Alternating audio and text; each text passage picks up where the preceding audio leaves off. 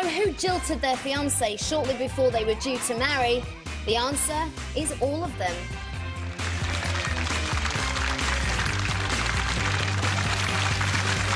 That's right, Julia Roberts called off her 1991 wedding to Keith Sutherland with just 3 days to go.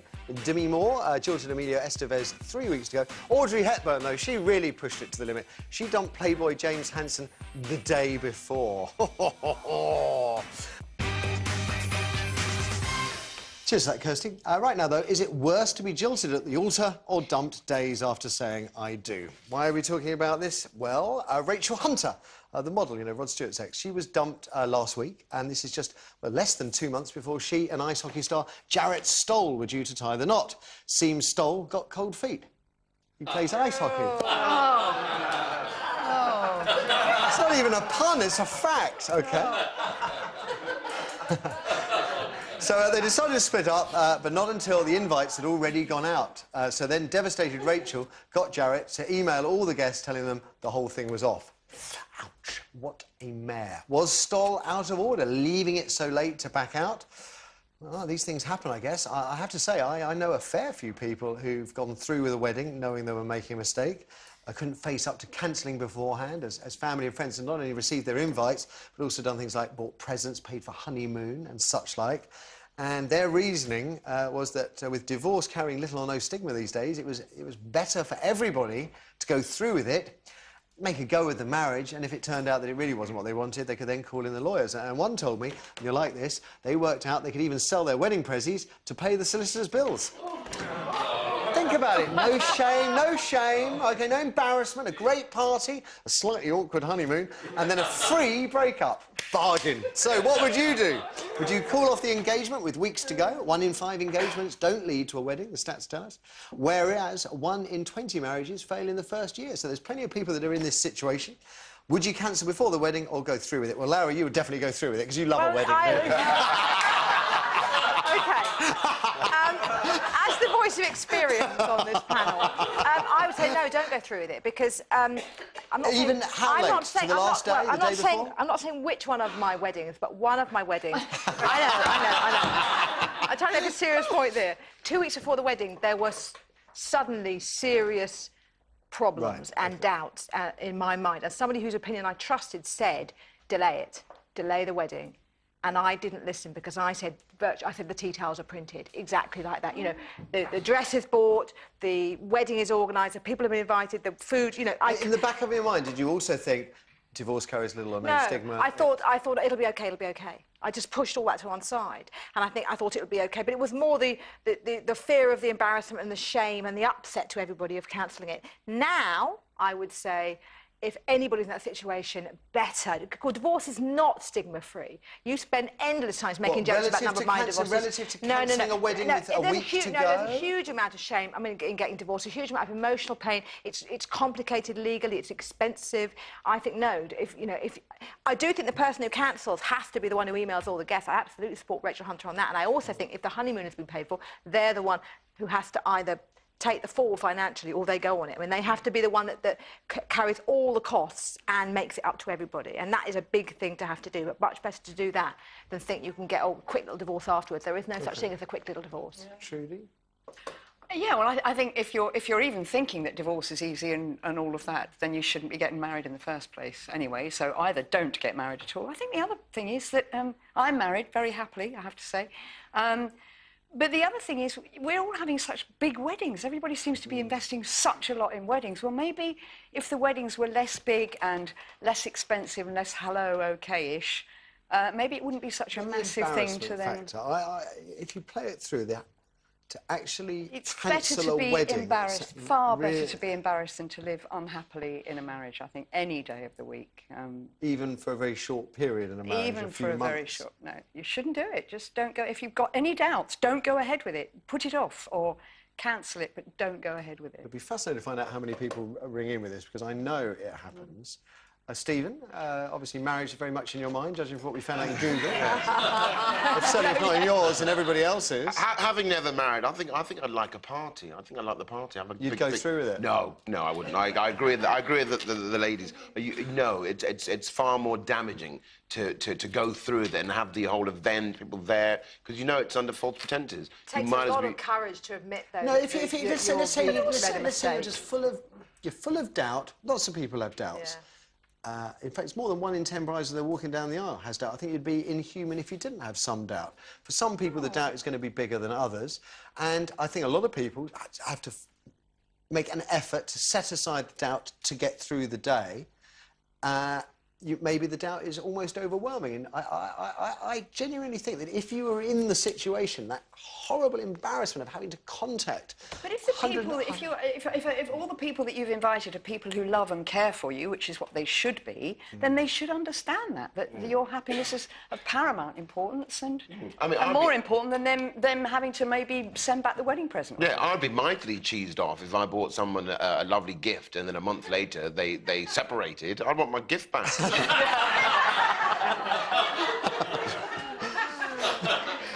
I just love the idea of selling them all to pay for the lawyers. I think it's fantastic.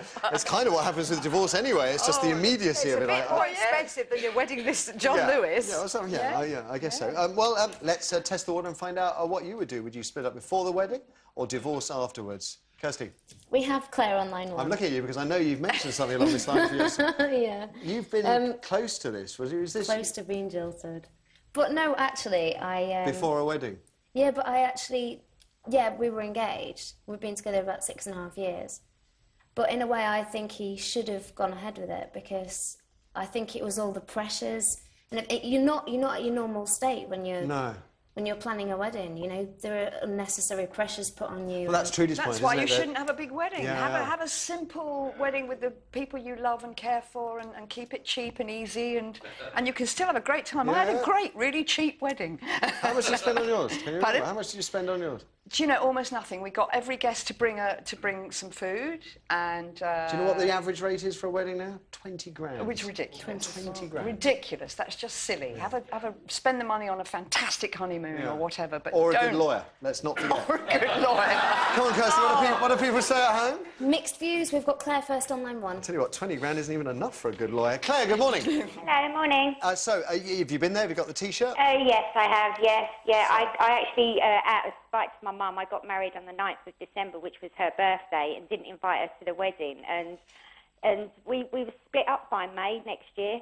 This was what's the year? 96, and we split up in May 97. What about before you went down the aisle, a week, 2 weeks, a month beforehand? You know what? Even in the wedding photos, my ex, he's got black eyes. You know, it's sort of like it was a disaster. It was a nightmare. It was one of them mad... We were both very young, and I think we were both so young and naive, you know, and just completely stupid. Everyone kept warning me and kept telling me it's not going to last, but I think because, again, I was young and naive and had this stupid attitude, nobody tells you what to do as you do, you know, when you're a teenager, and regret every minute of it. Well, what was so... You see, this is the bit I don't understand. What was so bad about... OK, so you split up not long after you got married. Well, boo-hoo, you know, it didn't work out. It doesn't work out for lots of people. Is that worse, do you think, than breaking up a week or two before the actual wedding itself and then having all your relatives think, oh... I mean, I still haven't got divorced from him. Have you not? No, I can't afford it. You obviously didn't get many wedding presents. No, we didn't. No, we didn't. Yeah, no, I just can't afford it. And the funny thing was the night that I left him, we'd been barred from every pub in Enfield, and he went one way. Are you sure you're not supposed to be watching Jeremy Kyle? This is Channel 5, yeah? But you're not on ITV. No, it was like he started heading home and I went the other direction, and then the next morning, the man that I'm with today, who's also the father of my children, I met him the following morning. It's Jeremy Stephen, it's like that out there, honestly. Claire, thank you very much. Thank you very much. Great story. Thank you. Let's have another, Kirsty. Kathy's husband jilted someone else before his wedding, when you met her. Go on then, Kathy. So what's the story there? Hi. Morning. Hello. Hello. I can't hear you. That's because I'm not Through the phone. talking. There we go. You're supposed to do the talking. There we go, I can hear that. Oh, brilliant. So, what's the story? Sorry. I met my husband 2 weeks Yeah. before he's meant to get married to somebody else. Ooh. Met at a barbecue. He had to cancel the wedding. We've been married for 15 years. Did he have any second thoughts at all about cancelling the wedding? I had to talk him into it a bit. Are you a Scarlet woman, Kathy? No, we've got 3 children. We've been married for 15 years. Yeah, that doesn't stop you being a Scarlet woman, though, does it? I mean, you stole somebody else's husband-to-be. Yeah, but he obviously wasn't meant to be with her. Yeah, that's what you say, you wicked woman. Wicked woman. What I want to know is did the other woman come and see you? I mean, was there a big showdown? Yeah, she beat me up and she tried to run him down with the car. Is Jeremy Kyle not on today? All right, touching family story, Kathy, thank you. OK, let's have another Kirsten. This one gets better. We have Mary Claire on the phone. Mary Claire. Hello. Hello there. What's your story? It's not really a story about me. It's my boyfriend, where he went to a wedding, not with myself, with another girl, and it was very much a family affair. I think somebody said everybody brought food, and it was very, very local pub, local church. Yeah. And the morning after the wedding, the groom left his bride for his cousin. Right. Is Jeremy Kyle on? Let's find out. I can't believe this is happening to me today. Nobody can understand why he Yeah, he is. church He and is. said all his vows and... Was this in family when Lincolnshire? he'd been seeing his cousin for God knows how long. Why he stood there and lied to everybody, and everybody bought outfits, they bought presents, and then the morning after he decided he'd changed his mind. Do you not think? I mean, this is absolutely the nub of it. Do you not think that that's probably what he wanted to do at the first place, but because of the pressures from family, relatives, as you said, very local, so everybody around knows. Probably, but I mean, I don't know. I'm not a man. I don't know what went through his head before his wedding, but I don't know. I mean, he could have broken it off privately or tried to do it as civilised as possible. Quite difficult to break off a wedding privately, isn't it? You tell your other half. Breaking it off with her. I mean, there was, it'd been going on for quite a while, this affair. There was nothing to stop him, breaking it off before the actual day. I think what he did is far worse. Yeah. The next day you're making a spectacle of the girl you married, and you're saying something by leaving the very next day. But there's a flip side to that, isn't it? That it must take enormous sort of chutzpah or something to have the nerve to do it. And I kind of feel sorry for someone who's in. I think a lot of men fear women in meltdown. Not just women. Fear the tears, the screaming, the throwing of the crockery, and they'll do anything to avoid that kind of confrontation, including marrying somebody you don't love, and then the next morning skulking off to be with your cousin. I mean, it does seem incredible, but I can see how it happens. I don't think so. We're more stronger than that. Really? Yeah. He clearly wanted to have fun and have... Maybe she's a wicked woman. Maybe that's what he did. He'd had a laugh. I just feel I need to apologise, Trudy, because you've been brought on this show under false pretences. You thought you were taking part in I'm on the Jeremy Kyle show, I know. Exactly. I'm ashamed and embarrassed by our callers today. Quite right, so I love them. And I bet you Jeremy Kyle has got no guess. What's going on? There's an empty studio. You can talk to yourself about alcoholism, gambling addiction, all that kind of stuff. Do you think the woman who tried to run down the other one was wearing her wedding dress as she was behind the wheel? Oh. I bet she was wearing the wedding dress and she had the bouquet as she was driving. I love stories like that. It's a little bit of Schadenfreude, isn't it? Oh. Yes. OK. I love the line, you're banned from every pub, the first call. I thought, as soon as you heard that, It was the black eyes in the picture. Mary Claire, thank you very much for that. Like an unhappy couple, then now it's time for the panel to break up. Trudy, absolute treat. I told you it would go quickly before it started. Oh, it was lovely, thank you. Best of luck. We can see you in The Naked Truth. It's on at the Hackney Empire tonight. It is on at the Everyman Theatre in Cheltenham as well, Gloucestershire, till the 4th of July thereafter. Beg, borrow, fight for a ticket, because you can't buy one.